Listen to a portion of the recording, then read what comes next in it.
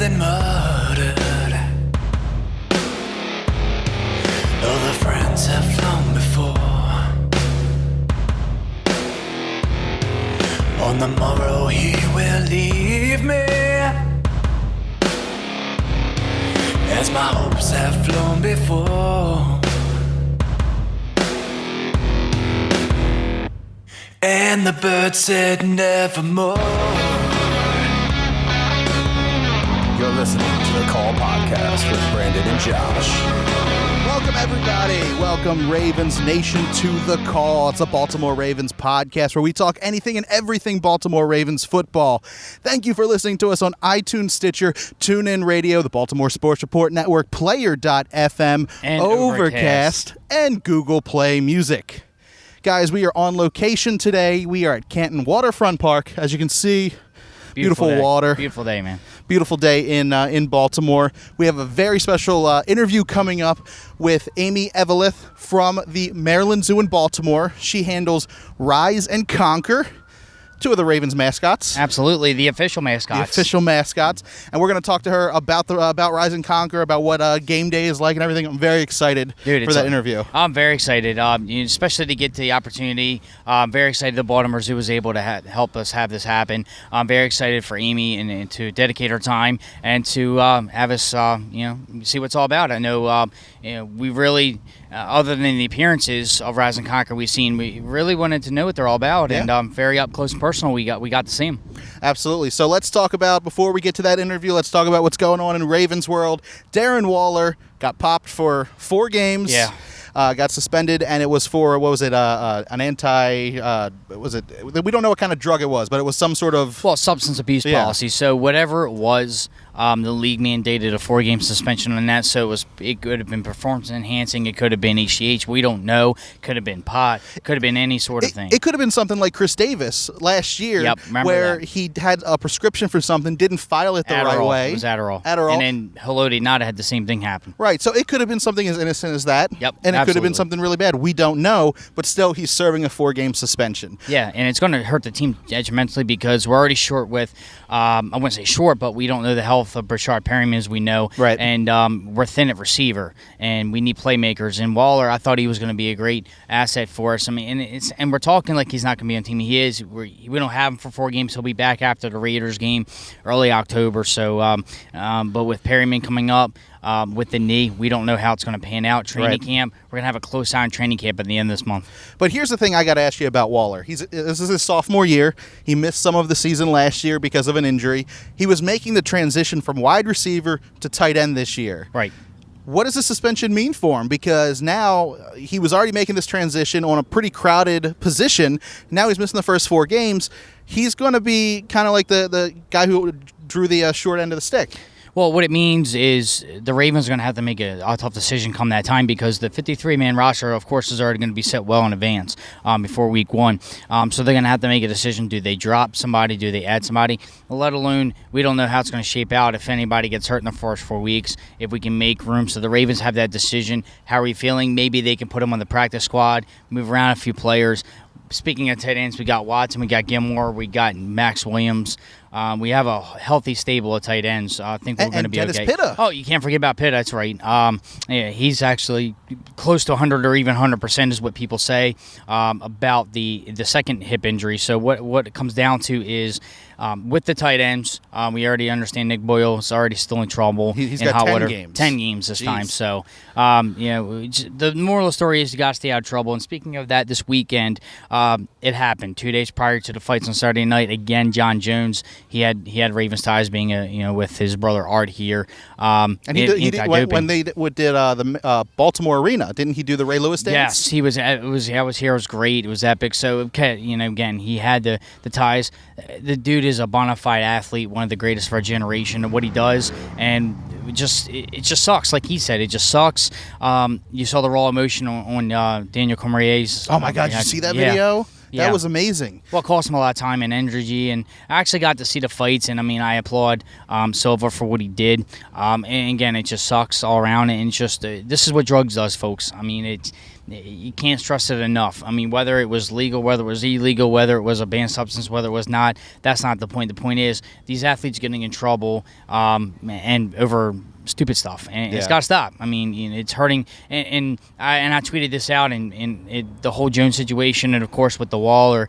You can fit any situation in there. What you do is consequences. Right. And then what happens with, like, Jones, ripple effect. It affected Cormier because, he had to find a new opponent. He trained for a 5-round fight. It was a 3-round fight. He's going to lose money, too. It lost money. Again, and then going back to that with Waller, like we were talking about, 53-man roster, extra spot, what do you do?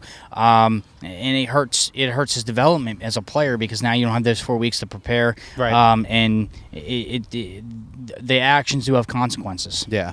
All right, so let's move on. Let's talk about Justin Tucker here. Sure. Big decision to be made in his future, whether it be a long-term contract, a short-term contract, whether to put the franchise tag on him. The Ravens got some big decisions with him coming up. We talked about this last year, about how there was a new offensive coordinator coming in, whether or not he was going to be important to this team after the new style came in. After last season, I got to say, he's more important than ever.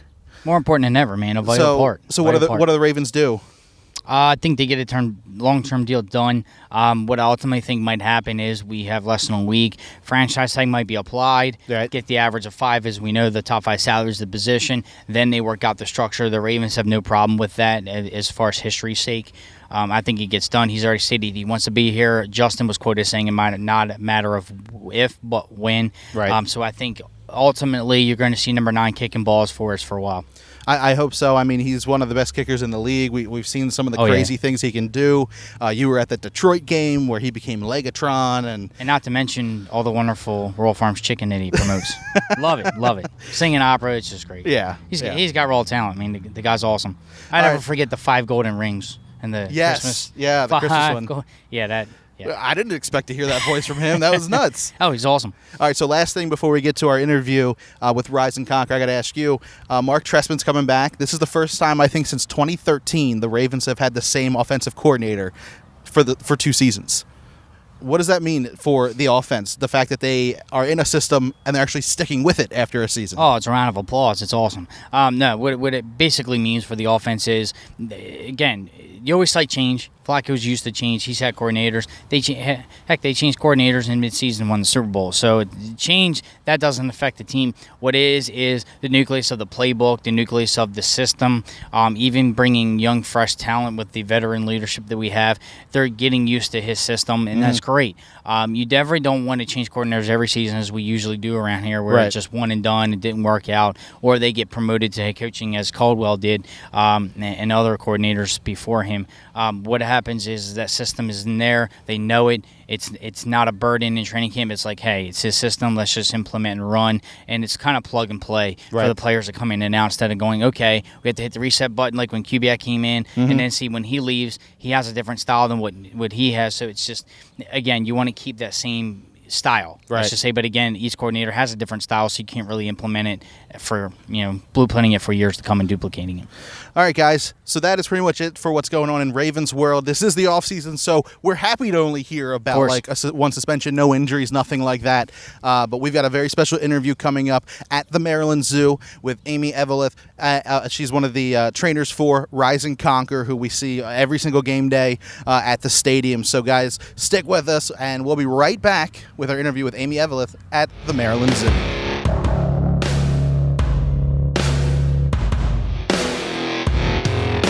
Welcome back to the show, everybody. Thank you for listening to The Call. And we are on location here at the Maryland Zoo in Baltimore with Rise and Conquer. Thank you so much for joining us. Thanks for coming out to visit them in the off season, no less. Absolutely. This is the slow time for the Ravens, but these guys are always busy. Tell us a little bit about yourself. How long have you worked with Rise and Conquer? I have been at the zoo for 19 years, and I have worked with them since they got off the plane when they were 6 weeks old. So I have been working with them since the beginning. There are a set of 3 or 4 of us that have been with them since the beginning and that go to the games. Rick Wilson and myself are the ones that typically go to the games with them, and we're the ones that work the most closely with them. So you're their true mama. Yes, that's right. So, and we do have favorites. Sorry, we do. So I always have Conquer, and Rick always has Rise. So this is Conquer. This is Conquer. This is Conquer. So Conquer makes sure that he's always with me, and we always make sure that Rise is with Rick, and everything goes smoothly that way. Do you ever mix them up? Like, does that happen sometimes, or? No, you might think it would because they're all black. But if you look at Conquer, he's got some white on his chest. So I tell people it's his away jersey. There you so go. he's got some white on his chest, so that's how you can tell them apart. And also, normally he isn't breathing with his mouth open, but he's a little warm. Rise is a mouth breather, and so he always has his mouth open regardless of temperature. It could be snowing out, 12 degrees out, and he always has his mouth open. So I think he snores. So tell us a little bit about the birds. Like, even though these are ravens, I can't expect to see like one of these guys in my front lawn in the morning. No, and if you do, let us know. So a lot of people think that they have ravens at their house, and my standard line is, unless the team is practicing, you have really fat crows. So you can tell the ravens and the crows apart. If you look at him, he has some feathers on the tip of his beak across his nares, so crows don't have those. Also, the wing shape is a little bit different, and tail structure is a little bit different. So he has a bit of a fan tail, and a crow is going to have a bit of a bobtail. Call is different, and socially they're very different as well. So crows will live with hundreds of other crows, and ravens are typically by themselves or with a pair, or if they're very young, they're with their nestmates, but usually you only see them by themselves. Absolutely, and you mentioned the feathers. I can see the purplish hue, so that's why the purple and black colors, of course, for the ravens. Tell us a little bit about that. That's how they right. get their color. Well, they're kind of iridescent. So if you could see things through a bird's eye, they are amazing. It's like a Technicolor Dreamcoat. So humans have very unsophisticated eyes compared to birds. Birds can see a million different colors, so your shirt looks really cool to him. All right. Which is great. But if you look at him at just the right light, you get to see the iridescence. You get to see the kind of oily color on there. So it is a little purple. It is a little red. And so that's where you get the team colors from. Awesome. So tell us about these guys on game day. I mean, we've gone to Ravens Walk before. We've gotten our picture taken with Rise and Conquer, but they're at the field. They're at the stadium, and they're cheering on the team as well. What's a game day experience for them? So we have the best seats in the house for the game. We are on Ravens Walk for the first couple hours. It opens for a 1 o'clock game, for instance. I'll run you through our day. We get here at the zoo at 8, and we leave here by 8:45. We are at Ravens Walk at 9:15. Birds are out at 10 o'clock, and they're out from 10 to 11:15, 11:30 typically, and then we head into the stadium with them. So we do about 200 photos in that hour and a 15-minute time span with the birds, and then we head in and we visit all the tents, and then we go down in the belly of the beast, we call it, and we go down into the locker room. We give them a little bit of a rest. They get something to drink, something to eat before we go on the field. And so at about noon, 12:15, we are on the field, and we're on the edge of the stadium by the marching band and where the tunnel is, and the guys come out. And then when the whole thing starts, we stand right usually on the V and E, right in the end zone, and we do our wing salute for the team as they come out of the tunnel.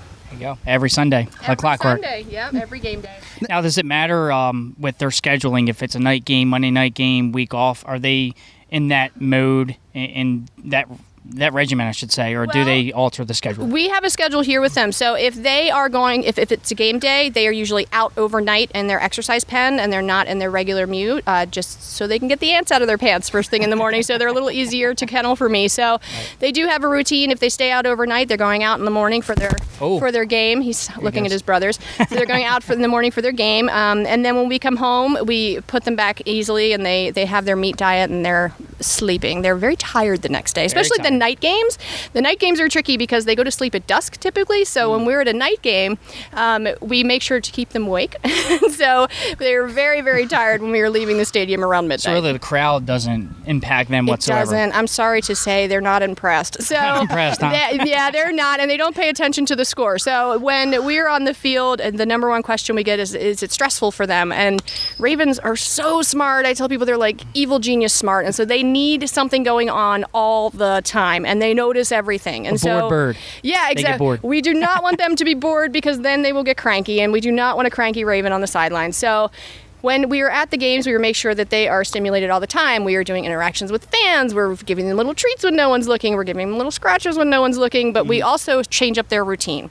So they were starting to get a little bit bored when we first started coming to the games, when we were just circling the field.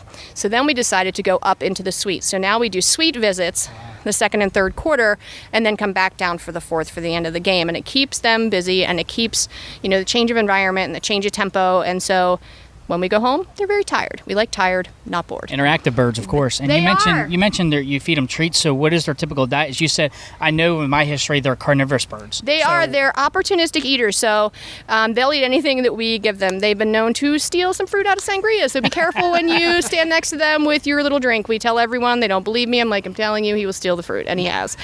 They also like to steal anything in your hand, like a French fry or a donut hole, so when you come up with them, please don't have food in your hand.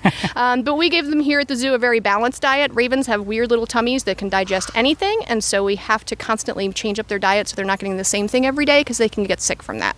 So we give them a meat diet, which is consistent. They get the same amount every single day. But then we also give them fruits and veggie and a pelleted diet. It's like a low-protein dog or cat chow. So when we're at the field, they get a low-protein cat chow.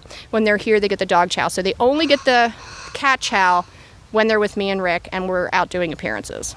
Do they prefer one to the other? They do. They like the cat chow a little bit more, so that's why we save it. And they would love the meatballs, but they don't travel well, and I don't want them in my pocket. So we don't travel with the meatballs. We do give them a little bit of meat in the locker room because we share a locker room with the cheerleaders. So we're all downstairs, and we give them a little bit of meat during right before the games, but typically they just get the cat chow. Interesting. Gotcha. So besides game day and Ravens Walk, these guys are great ambassadors for the zoo and for the team, and you can kind of see them out in the community. What's some of the events that they've attended? When can you typically see Rise and Conquer? You can see them at a lot of different events. So we'll be doing a few events around town, and we're usually listed on the events. I know we're doing something at West Riverside Park coming up. It's a big community day, and the Rise and Conquer will be there. We also just got back from Beach Bash. We took them down there for the 4 days, and they get a oceanfront room, and they literally sit in front of the ocean. Rick and I set up the cage in front of the sliding glass door, and they watch the ocean. Wow. Must be nice. It's also, well, it's funny, and also because crows find us wherever we are, and they're like, I'm sure. They start dive bombing, and Rise and Conquer are like, oh, locals, they don't care. So, but you can see them at different events throughout the state. We also take them on Zoomobiles, which is our traveling animal ambassador program, and they go all over for that. We offer Raven partner packages where classrooms can adopt them, so they get them to definitely come out to see them. And we also do adoptions of the Ravens, and people can see them during Adopters Day when they come out to the zoo, and on Purple Fridays during the season. If we're not on a caravan, they're out on grounds. There you go. That's very cool. So can you tell us a little bit more about the adoption program? I know if there's somebody out there who's like an out-of-towner and not in Baltimore, can't go to the games, you can actually go to the zoo's website and adopt the Rise and Conquer. I know I got that for my mom for her birthday. Yeah. You're an adoptee. Oh, yeah. I was like right on it. First day I found that out. I knew you looked familiar. So, I think they know that. So can you tell us a little bit about like what people get if they do the adoptions and how it benefits the birds? It benefits the birds. It goes into our general fund. So, and what we pull from that are our diets and our housing monies and our funds for enrichment and toys for the birds. So, it definitely benefits them. I think last year we made about $40,000 in adoptions for just the raven. He wants more, if you couldn't tell. He wants more. So I think it was about $40,000 worth of raven adoptions, and that's not polar bear, that's not elephant and penguin, which we also do. So there's a number of different tiers, a number of different animals that you can adopt, but the ravens are by far one of the most popular. That's great. And you mentioned in the beginning it's an African raven, so this isn't a really North American common raven? It's not. They would never put up with the stadium. Really? No. So they're a little bit grumpier. They're also much more territorial. African ravens are typically found around settlements and developments and large amounts of people. They're a little more opportunistic than a northern or a common raven is, so they will kind of find food anywhere. They're not as you can definitely have more people handle them. So I know people that work common ravens or northern ravens, and it's 1 or 2 people, and that's it. And that's so amazing. we have about 7 or 8 people that will actually take these birds out on program, and that was a must for us. Yeah. Didn't even realize that. Wow, how common it is. People also ask, one of the things we also ask, they're like, oh, they fly through the stadium. We do not fly them. We do not. I like them too much. So we do not fly them, and the reason is because they're so opportunistic, because they would find someone with beer and a pretzel and be like, I'm going there. You can keep your cat chow in your pocket because I'm getting beer and a nacho chip. So we don't fly them to the stadium. And plus, they're big when you're right next to them, but if you're in, the 500 level, they're like, what is that black bird flying around? So you're not going to get it. We want them to be close-up interactions with guests and close-up interactions with fans, and the best way to do that is to have them right next to you. And also excited. I know he's a little excited. So is to have them right next to you on the perch, and you can get right next to them and see how beautiful they are rather than just flying them. There you go. All right, well, thank you so much for joining us. Thank you for joining the Call podcast here at the Maryland Zoo. If you're ever in Baltimore, if you're a local here, make sure you come visit the Maryland Zoo, see Rise and Conquer, and see all the other great animals they have here. Thank you so much for joining us. Thank you Thanks for very coming much. out. You're welcome. Thank you.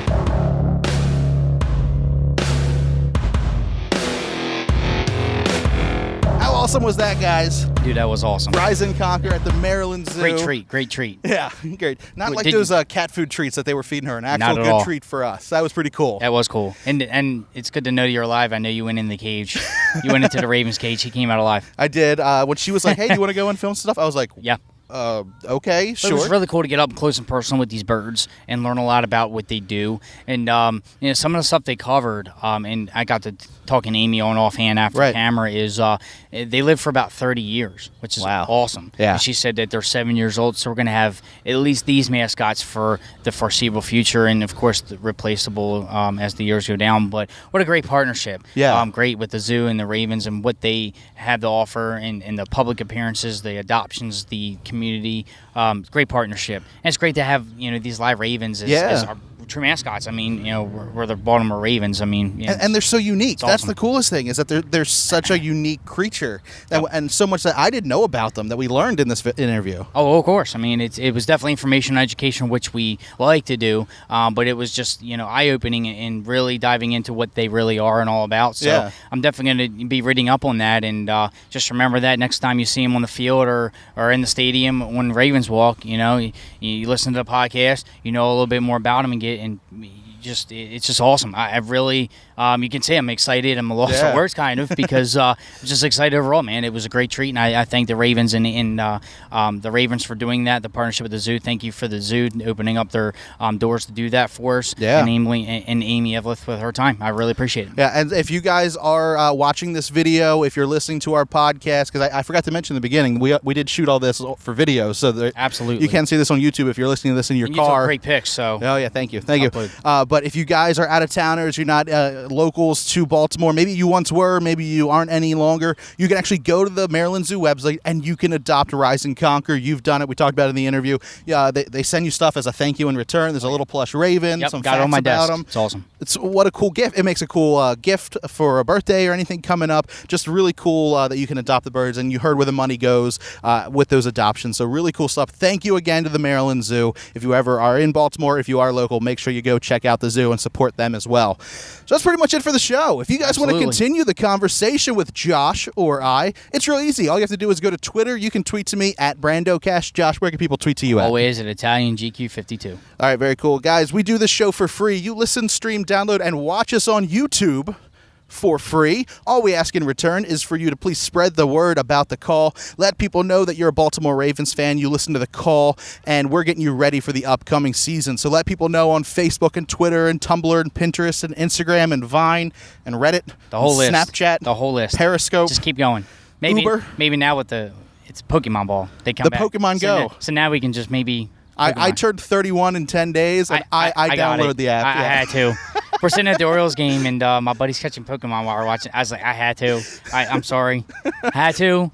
It's fun. I don't get it, but it is kind of Maybe fun. we can find one in the park here somewhere. Oh, I bet you there's one in the park. I'm sure. Betcha. All right, guys, that's pretty much it for the show this week. Thank you again to Amy Eveleth and the Maryland Zoo for talking to us about Rise and Conquer. Josh, take us out the way you always Brandon, do. thanks so much, and thanks for all our listeners. This was a great treat. Really hope all enjoy. It was definitely a pleasure to get to do it with you, Brandon. Thank you to the zoo once again. Thank you to Amy for the hospitality and the information. It was definitely great to have the basically the first-class access, and I wanted to share the wealth with our listeners and all out there. It's great. I'm very excited for the upcoming season here. We're winding down summer. It's July. End of training camp, or start of training camp ends at the end of this month, and we'll be definitely broadcasting live on location coming up from the stadium. With that being said, summer's almost ending. That means football's around the corner. With that being said, Baltimore Ravens, let's fly high.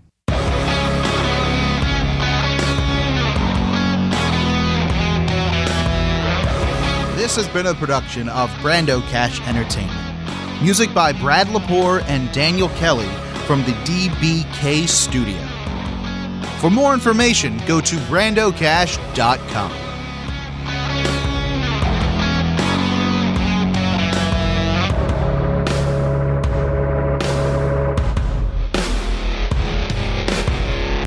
The Call is a member of the Baltimore Sports Report Network. Find more podcasts like this at baltimoresportsreport.com.